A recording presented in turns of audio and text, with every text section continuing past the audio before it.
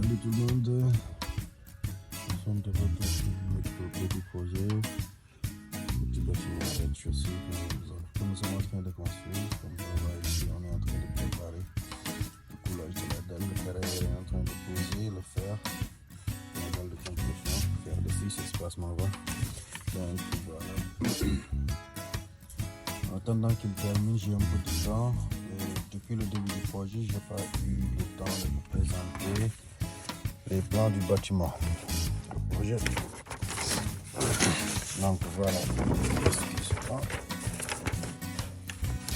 Ok. Donc comme vous le voyez ici, c'est juste un tout petit bâtiment de rez-de-chaussée. Donc qui est extensible en R+1. Donc tout a été pris dans la conception de départ. C'est bien extensible en R+1 avec une terrasse accessible. Donc pour l'instant, nous allons juste construire le rez-de-chaussée avec une terrasse inaccessible vu le budget qui est un peu serré. Donc voilà. Donc comme vous le voyez, c'est un bâtiment de 3 chambres salon sur 150 mètres carrés. Nous avons la chambre principale et puis les deux autres chambres. Donc la chambre principale a une toilette, a une salle de bain et puis l'autre chambre aussi. Ici, après on a une toilette visiteur et juste là nous avons la cuisine et la cour arrière, la cour de service. Donc au niveau de la cour de service, je pense que nous allons mettre la fosse septique. Et puis le plus perdu, on va l'amener juste là au niveau du jardin. Et puis il peut y avoir un regard de visite là, parce que dans la zone, comme vous le voyez ici, excusez-moi, donc dans cette zone actuellement, il n'y a pas encore l'assainissement collectif. Donc tout se fait avec un assainissement individuel, des fosses septiques avec puits perdu. Donc pour l'instant, nous allons faire ça tout en prévoyant le regard de visite et éliminer le puits perdu qui sera là au niveau du jardin et puis faire le raccordement quand le réseau sera mis en place dans la zone. Donc c'est juste un tout petit projet comme vous le voyez ici, un petit 10 sur 15, 150 mètres carrés.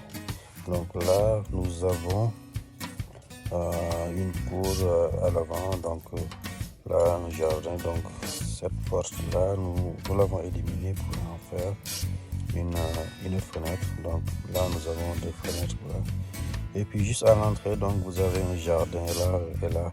Donc au niveau de ce jardin, nous avons prévu ultérieurement quand le bâtiment quand l'extension sera faite en R+1 avec terrasse accessible, nous avons prévu de mettre les escaliers ici. Donc juste à l'entrée, donc nous avons les escaliers pour accéder au niveau du premier étage qui aura la même configuration avec l'escalier va se poursuivre jusqu'à la terrasse accessible. Donc voilà, donc peut-être je pourrais revenir au niveau de ma machine, vous montrer le projet en version 3D et tout ça. Pour l'instant, là je suis au chantier, je n'ai que ces versions papier, donc peut-être dans une prochaine vidéo. Donc comme vous le voyez, c'est juste un projet simple, comme ça, tout bien fait. Et puis comme le terrain n'est pas grand, nous avons essayé d'optimiser l'espace avec un espace familial et puis un salon moyennement correct et puis une grande chambre pour la chambre principale, chambre parents. Nous avons une autre chambre et puis une petite chambre pour les enfants et la cuisine et des cours et un patio. Donc un projet tout simple. Donc comme vous le voyez ici, je vous ai déjà présenté l'architecture du projet. Donc on va passer à la structure. Donc comme ce bâtiment a été dimensionné pour recevoir un étage avec une terrasse accessible, nous avons fait une descente des charges et dimensionner les semelles en conséquence. Comme vous le voyez ici, nous avons les semelles. La plus grosse semelle c'est celle-là.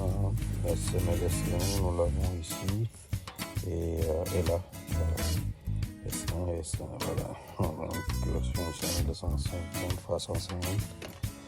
Ok. On voit ici, donc, voilà une semelle qu'on appelle semelle excentrée.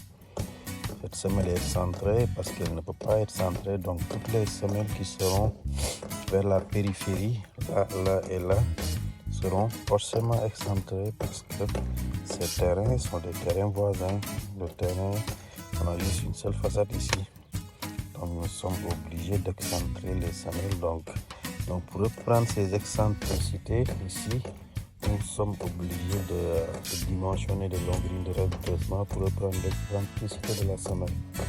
Donc nous l'avons fait pour chaque semelle excentrée. Et puis voilà, tout a été bien fait aussi sur le site. Je pense que si vous avez suivi toutes les vidéos, vous avez vu ça.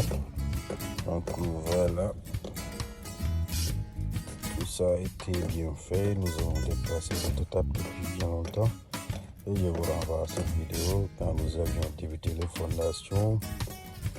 Nous avons commencé à creuser, nous sommes tombés sur la nappe. C'était un peu trop compliqué au début parce que c'était imprévu. On nous avait dit, bon, j'avais jamais construit dans cette zone. On nous avait dit que la nappe était assez éloignée, mais quand on a débuté, voilà, nous sommes tombés sur l'eau. Ça nous a obligés à utiliser du cica hydrofiche ou bien du ciment cyanopore.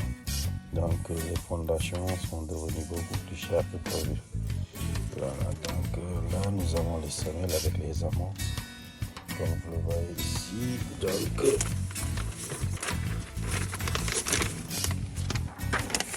là on a le réseau de longrines. Vous le voyez ici, toutes les longrines ont été faites.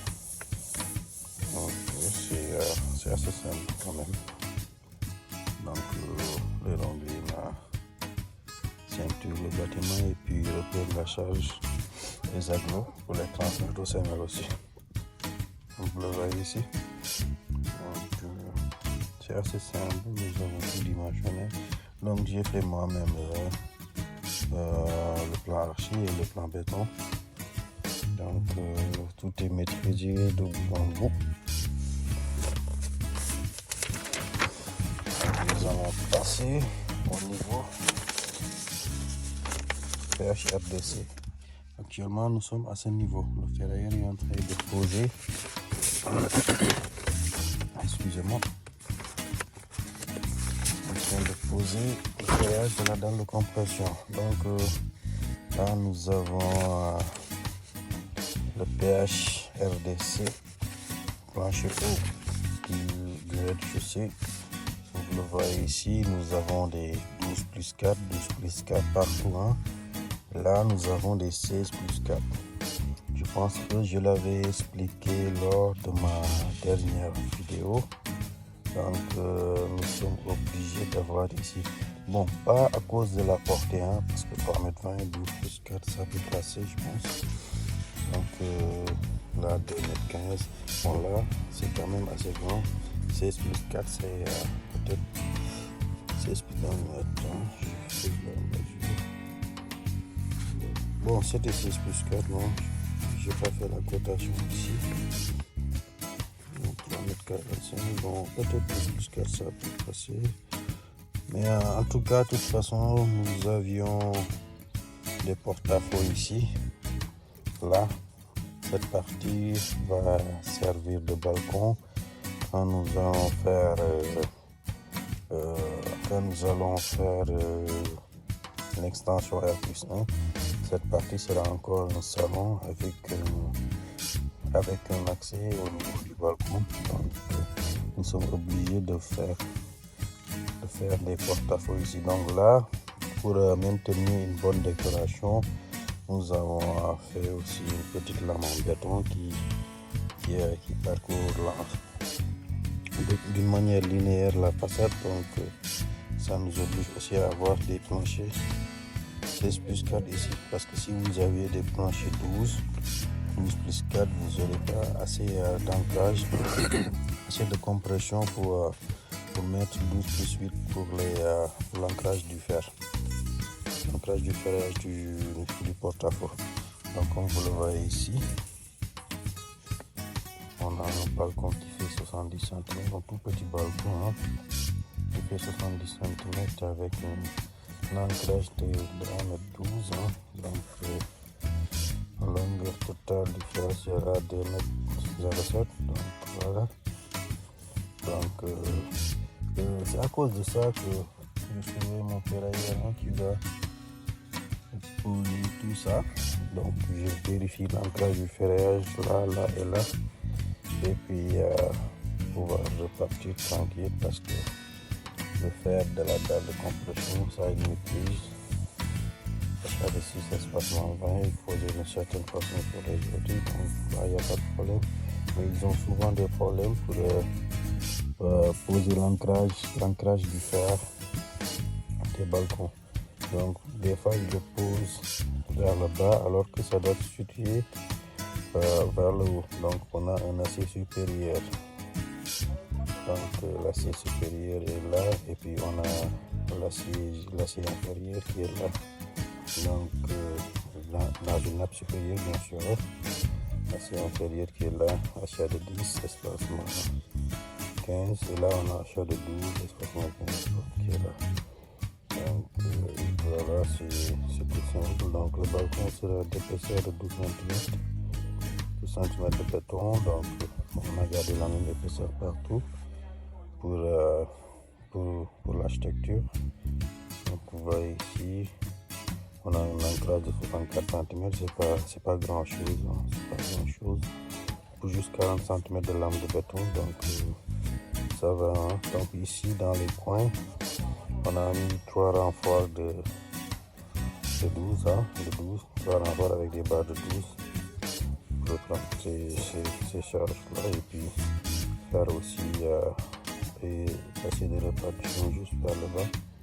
Donc c'est assez simple hein. Donc comme vous le voyez ici, on avait déjà prévu les poteaux pour soutenir la cage d'escalier et la dalle ici. Donc comme les escaliers seront là, vont démarrer à partir de cette longue grille qui était là et puis remonter au niveau PHRDC et puis remonter pour la terrasse. Donc on a tout anticipé pour le niveau supérieur.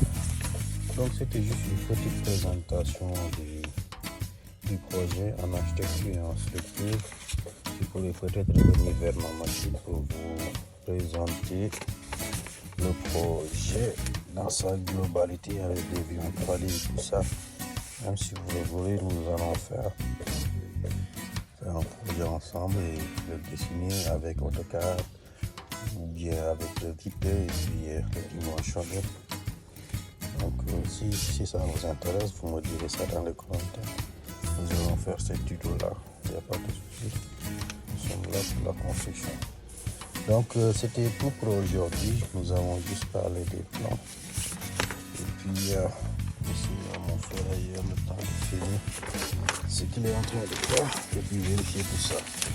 Donc on se capte bientôt et surtout n'oubliez pas de vous abonner. À la prochaine.